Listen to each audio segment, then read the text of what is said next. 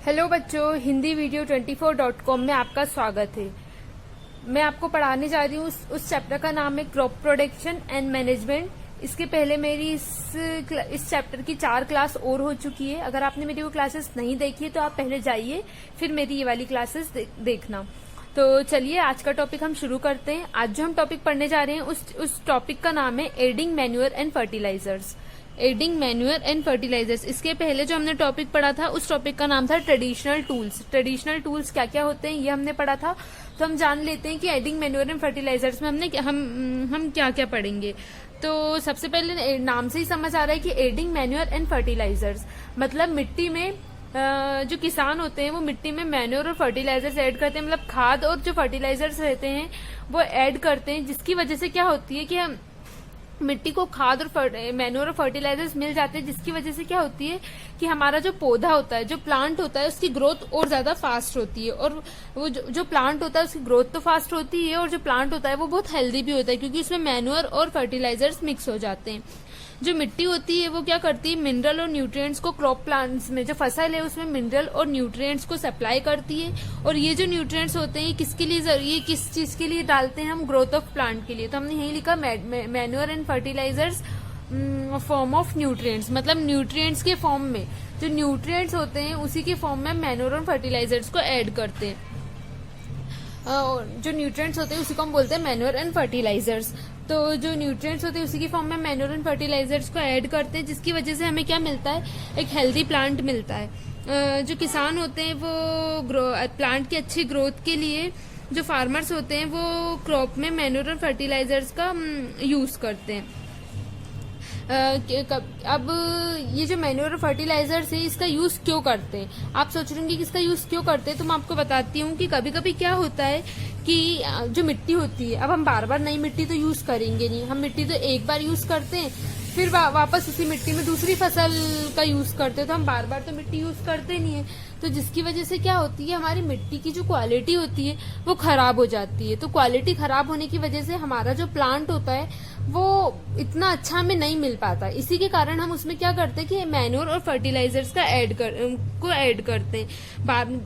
वही मैं बता रही हूँ आपको, जो कंटिन्यूअस कल्टीवेशन होता है, जो फसल कल्टीवेशन ऑफ क्रॉप्स, जो कंटिन्यूअस कल्टीवेशन होता है फसल का, मतलब बार बार हम फसल को बोते हैं, जिसकी वजह से क्या होती है कि मिट्टी बहुत प्योर हो जाती है न्यूट्रिएंट्स में। तो जो फार्मर्स होते हैं वो मैन्योर को ऐड करते हैं फील्ड में, जिसकी वजह से क्या होता है, जब हम मैन्योर ऐड करते हैं जिसकी वजह से क्या होती है कि हमारी जो मिट्टी होती है वो रिप्लेनिश हो जाती है, मतलब वापस से मतलब वो अच्छी हो जाती है। और ये जो प्रोसेस होती है, जो हम मैन्योर और फर्टिलाइजर्स मिट्टी में ऐड करते हैं मिट्टी को अच्छी बनाने के लिए, इस प्रोसेस को हम बोलते हैं मैन्योरिंग। जो इम्प्रॉपर और इनसफिशिएंट मैन्योरिंग होती है उससे हमारा जो प्लांट होता है वो कमजोर हो जाता है। मतलब अगर हमने मैन्योर और फर्टिलाइजर का यूज कम किया, इम्प्रॉपर किया, मतलब अच्छे से नहीं किया, इनसफिशिएंट इन द सेंस कि हमने सफिशिएंट मैन्योर और फर्टिलाइजर्स मिट्टी को नहीं दिए, जिसकी वजह से क्या होता है कि हमारा प्लांट होता है वो कमजोर हो जाता है। तो यही हमने पढ़ा मैन्योर और फर्टिलाइजर्स में। हम आगे और देख लेते हैं कि और इसमें क्या क्या बताया है। तो हम आगे ये देखेंगे कि जो मैन्योर और फर्टिलाइजर्स होते हैं वो हमें कैसे मिलते हैं। अब आप सोच रहे होंगे कि मैन्योर फर्टिलाइजर्स कैसे मिलते हैं, तो खाद हमें कैसे मिलती है। तो फर्टिलाइजर्स तो क्या होते हैं, मैन मेड होते हैं। जो फर्टिलाइजर्स होते हैं वो फैक्ट्री से मिलते हैं, हमें फैक्ट्री में बनाए जाते हैं, मतलब फर्टिलाइजर्स। और जो मैन्योर होते हैं वो क्या होते हैं, वो जो वेस्टेज एनिमल वेस्ट, एनिमल से जो भी हमें वेस्टेज मिलता है, और जो प्लांट रहते हैं, जो वेस्ट प्लांट्स रहते हैं, और जो एनिमल का जो वेस्ट मिलता है हमें, उसको क्या करते हैं, उसको डिकम्पोज करते हैं। और उसी की वजह से, उसको डिकम्पोज करने से हमें क्या मिलता है, मैन्योर मिलता है, मतलब हमें खाद मिलती है। अब हम इसे डिकम्पोज कैसे करते हैं, तो जो किसान रहते हैं वो एक खुली जगह में, खुली फील्ड में जो जितना भी एनिमल वेस्ट और प्लांट वेस्ट रहता है उसको खुली फील्ड में जाके डाल देते हैं, और उसके बाद फिर उसको डिकम्पोज करते हैं। और डिकम्पोज करने के बाद हमें क्या मिलता है, मैन्योर मिलता है। ठीक है, तो ये जो डिकम्पोज की मेथड है ये क्या करती है, डिकम्पोजिशन क्या करता है, माइक्रो ऑर्गेनिजम्स को कोस करता है। जो डिकम्पोज होते हैं उससे हमें क्या मिलता है, ऑर्गेनिक मैन्योर मिलता है। और ये जो ऑर्गेनिक मैन्योर होता है ये हम किस में यूज करते हैं, मिट्टी में यूज करते हैं। आपने एक ये जो प्रोसेस होती है इस प्रोसेस को हम वर्मी कंपोस्टिंग भी बोलते हैं। वर्मी कंपोस्टिंग करके आपने टॉपिक पढ़ा होगा 6th क्लास में। आप अपनी 6th क्लास की बुक उठाना और उसमें देखना वर्मी कंपोस्टिंग क्या होता है, या फिर आप नेट से भी पढ़ सकते हैं। अगर आपको नहीं समझ आता है तो कमेंट बिलो आप मुझे कमेंट करके बताएंगे कि वर्मी कंपोस्टिंग आपको नहीं समझ आया, तो मैं आपको फिर वर्मी कंपोस्टिंग पे एक वीडियो लेक्चर बना के दे दूंगी। पर अगर पहले आप पढ़ेंगे, अगर आपको नहीं समझ आता है तो आप फिर मुझसे पूछेंगे। इसके बाद आपकी बुक में एक एक्टिविटी 1.2 करके दे रखी है, उस एक्टिविटी को आप करना और समझना, उस एक्टिविटी को पूरी करके देखना। अगर आपको एक्टिविटी नहीं समझ आती तो आप मुझसे पूछना, फिर मैं आपको बताऊंगी। अब हम इसमें कुछ फर्टिलाइजर्स और मैन्योर्स के डिफरेंस दे रखे हैं कि फर्टिलाइजर और मैन्योर में क्या डिफरेंस है, तो वो तो आप पढ़ ही सकते हैं। मैं अब आपको बताती हूँ डायरेक्ट कि एडवांटेज ऑफ मैन्योर क्या होता है। तो एडवांटेज ऑफ मैन्योर क्या है कि जो मैन्योर होता है वो बेटर होता है फर्टिलाइजर से। अभी क्यों बेटर होता है, तो वो इसलिए बेटर होता है कि जो मैन्योर होते हैं वो वाटर होल्डिंग कैपेसिटी बढ़ा देते हैं। मिट्टी में जो पानी की कैपेसिटी है, पानी को होल्ड करने की कैपेसिटी है मिट्टी में, वो क्या करते हैं, ये ऑर्गेनिक मैन्योर क्या करते हैं कि वो मिट्टी में पानी की होल्ड करने की कैपेसिटी को बढ़ा देते हैं।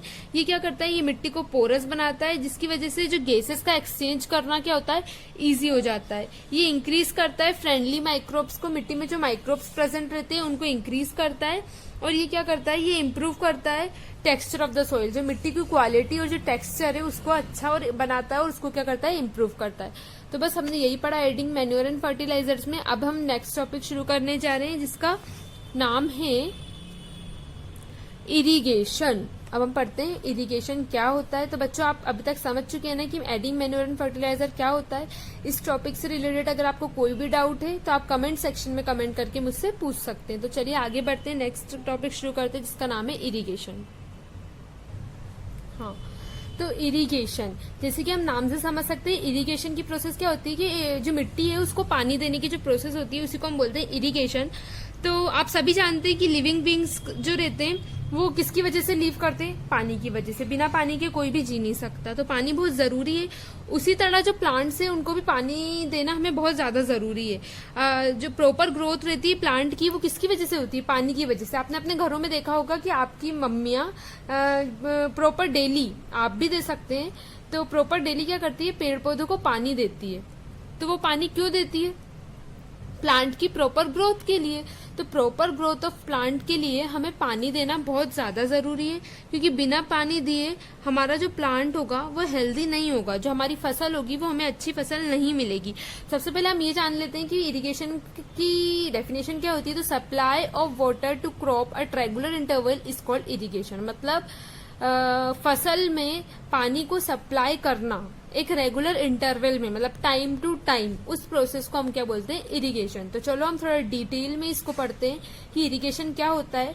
तो प्लांट की प्रॉपर ग्रोथ के लिए हमें पानी देना, हाँ, तो क्या पढ़ा था हमने कि प्रॉपर ग्रोथ, प्लांट की प्रॉपर ग्रोथ के लिए हमें उसे पानी देना बहुत ज्यादा जरूरी है। हमें मिट्टी को पानी देना बहुत ज्यादा जरूरी है प्रॉपर ग्रोथ ऑफ प्लांट के लिए। और जर्मिनेशन ऑफ सीड्स के लिए भी हमें प्लांट को पानी देना जरूरी है। Germination of seed in the sense कि जो बीज हम बोते हैं उनको बढ़ाने के लिए, उनको ग्रो अप करने के लिए, उनको जर्मिनेट करने के लिए, उस चीज के लिए हमें क्या करना पड़ता है कि पानी देना बहुत जरूरी। तो इरिगेशन एक सबसे इम्पोर्टेंट प्रोसेस है क्रॉप प्रोडक्शन एंड मैनेजमेंट की। जो पानी होता है वो जर्मिनेशन में हेल्प करता है, जो न्यूट्रिएंट्स होते हैं वो डिसॉल्व हो जाते हैं वाटर में, और जो हम जो मैन्योर और फर्टिलाइजर मैंने आपको ऊपर बताया था वो हम ऐड करते हैं मिट्टी में, तो वो क्या करते हैं कि वो पानी के साथ मिल जाते हैं, और मिलने के बाद वो हर प्लांट को, ईच पार्ट को जो है वो ट्रांसपोर्ट कर देते हैं।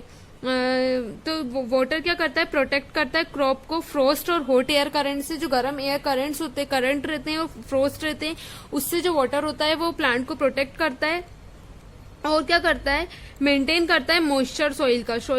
हेल्दी क्रॉप ग्रोथ के लिए जो मॉइस्चर बना रहना बहुत ज्यादा जरूरी है। मिट्टी पे मॉइस्चर होना बहुत ज्यादा जरूरी है, मतलब ठंडक बनी रहनी बहुत ज्यादा जरूरी है अच्छी फसल के लिए। तो ये क्या करता है कि ये जो हम पानी देते हैं उसकी वजह से क्या होता है कि मॉइस्चर बना रहता है, जिसकी वजह से हमारे पौधे में ठंडक रहती है और हमें अच्छा क्रॉप मिलता है। जो सप्लाई ऑफ वाटर है वही मैंने आपको बताया कि वो रेगुलर इंटर में, मतलब टाइम टू टाइम पानी को सप्लाई करना बहुत ज्यादा जरूरी है।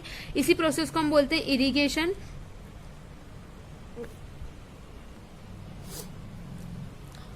हाँ, तो पानी देना प्रॉपर बहुत ज्यादा जरूरी है।